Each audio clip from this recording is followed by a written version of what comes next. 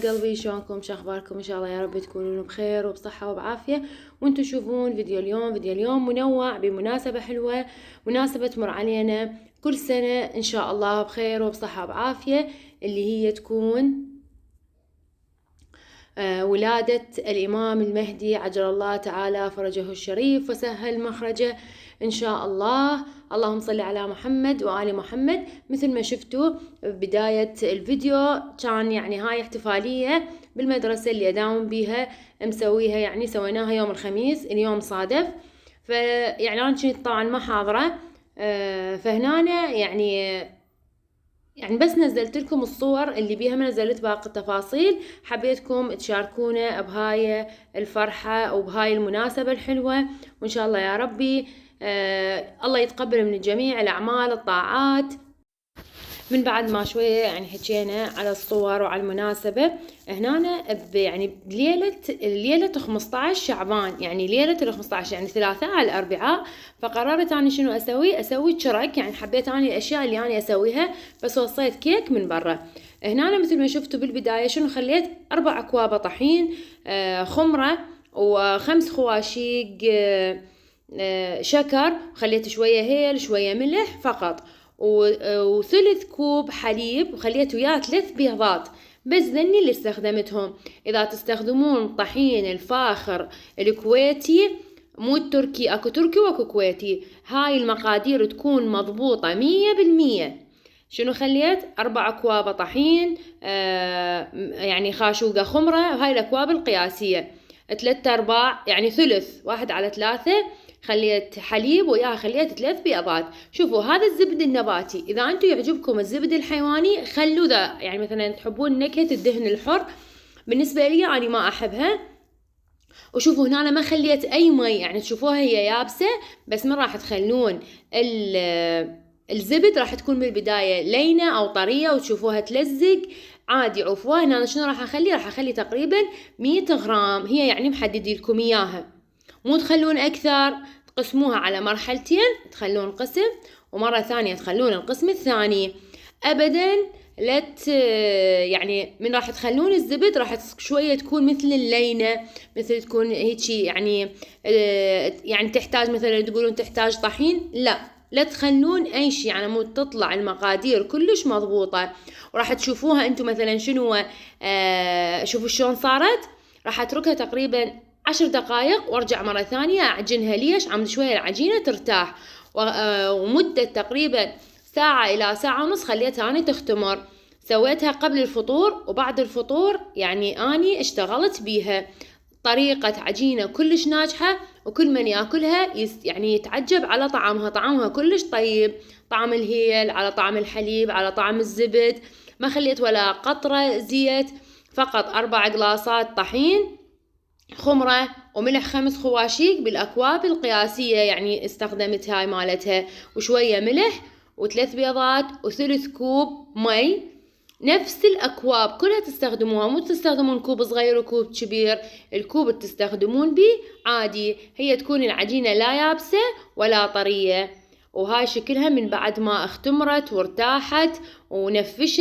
أنا طبعا يعني كنت مصورته بس ما أعرف وين يعني راحت، يعني التصوير مالتها من كانت مختمرة. اتركوها تختمر على راحتها، لا تستعجلون، تقسموها بالحجم اللي انتو تردونه وتبدون تشكلون. وهواي اكو تشكيلات موجودة باليوتيوب باللي يعجبكم. انا ما حبيت الفيديو يصير عليكم كلش طويل على مود يعني لا تملون من عنده من تشوفون.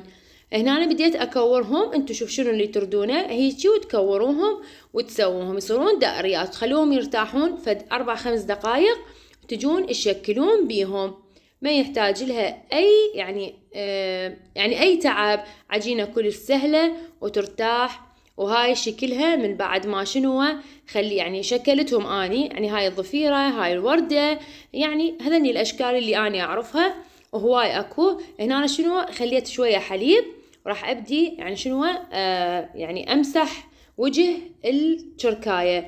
طعمها كلش طيب، طريقة كلش ناجحة. واكو بعد هم اكو طرق انا اعرفها، ان شاء الله انزلكم اياها بالايام الجاية، بس هاي الطريقة كلش طعمها طيب، تكون هشة داخلها ما معجن، من بعد ما يعني شكلتوهم تركوها فد ربع ساعة ترتاح بمكان دافي، وغطوها على مود الوجه مالتها لينشف وتكون يابسة وتكون طرية. وهي الضفيرة مالتنا، هي هاي التشكيلات يعني البسيطة اللي أنا سويتها.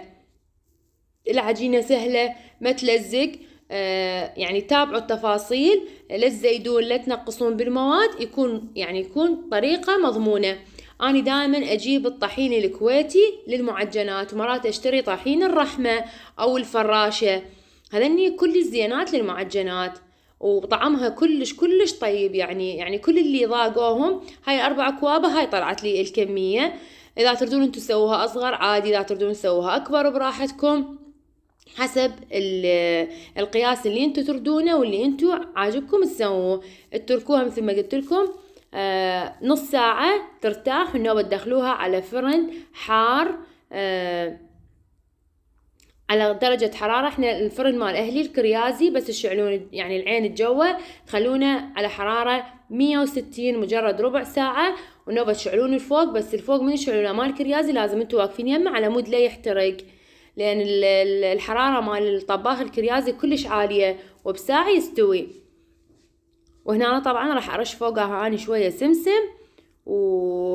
يعني هي هاي التفاصيل اللي أنا سويتها. كان عاجبني أسوي سمسمية أنزل لكم إياها، بس يعني بعد ما صار عندي يعني وقت، لأن كان يعني عندي شغل ثاني، فسويت هاي أشياء بسيطة. يعني جبنا كيكة، سويت شرك، وكنا بوقتها صايمين، والحمد لله. وإن شاء الله يا ربي الله يتقبل من الجميع الطاعات الأعمال يا رب. إن شاء الله الله يعجل لنا لولينا الفرج. اللهم صل على محمد وآل محمد. أتمنى اللي وصل هيك مرحلة من الفيديو وما مخلينا لايك يخلينا لايك، ويسوي لنا تعليق حلو من إيده الحلو،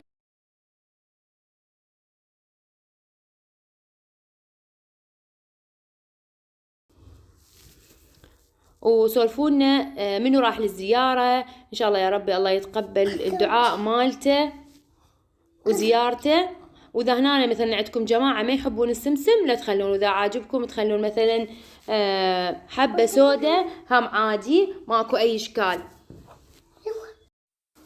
وبعدها راح اتركهم مثل ما قلت لكم، غطيتها يعني بكيس نايلون، وخليتها شويه ترتاح وتختمر وحجمها يتضاعف.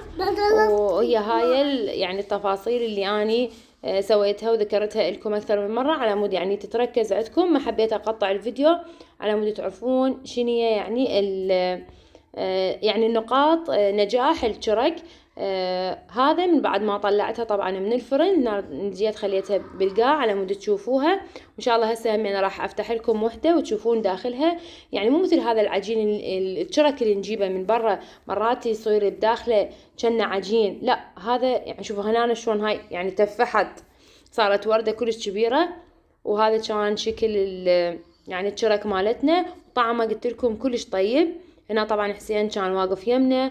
اني ساعة تقريبا ب3 بالليل نصبت الصينية مالتنا على بساطتها، يكون كل شي حلو. قلت لكم يعني اشتريت من هذا الشمع القلب، وان شاء الله يا ربي الله يتقبل من الجميع. شعلت لكم شمعة بالنيابة عن جميع متابعيني، وإن شاء الله يا ربي الله يتقبل من أمة محمد الأعمال الطاعات إن شاء الله.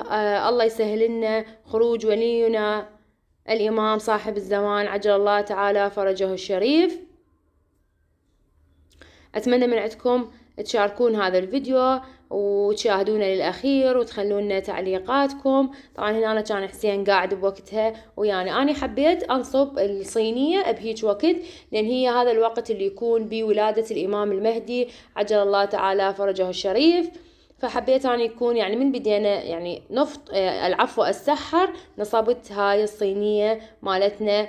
إن شاء الله يا ربي الله يقضي حوائج جميع الناس، الله يرزق الناس الذرية، الله ينطيهم الصحة والعافية ويشافي أمي ويعافي جميع الناس يا الله، ويرزق المحروم الذرية رزق طفل بحق محمد وآل محمد، ويقضي جميع حوائج المسلمين آمين يا رب العالمين.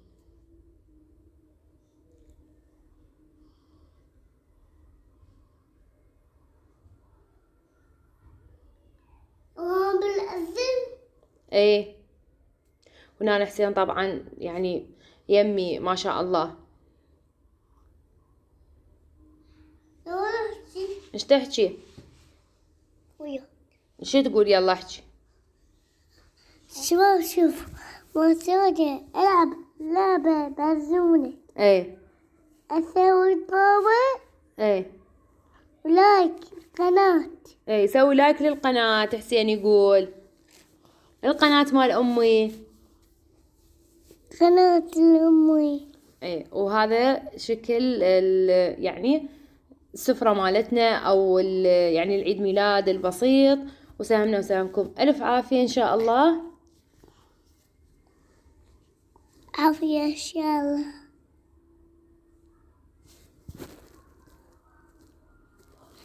عافية إن شاء الله. ايه ان شاء الله. إن شاء الله من نحوه.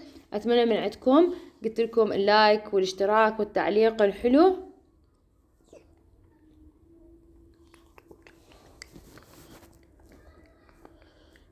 ان شاء الله يا ربي الله يتقبل من الجميع الطاعات الأعمال إن شاء الله. إن شاء الله يا ربي نشوفكم في فيديوهات ثانية حلوة تستفادون من عدها. حبيت أشارك هذا اليوم على بساطته. وهنا طبعا كنا مسوين ما أدري ما قلبت الشاي. لا ما قلب هو الشاي.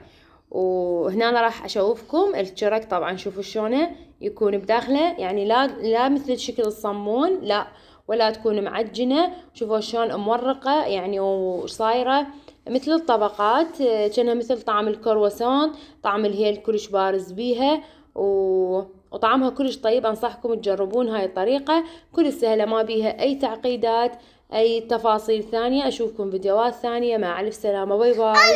بالسلامة. باي.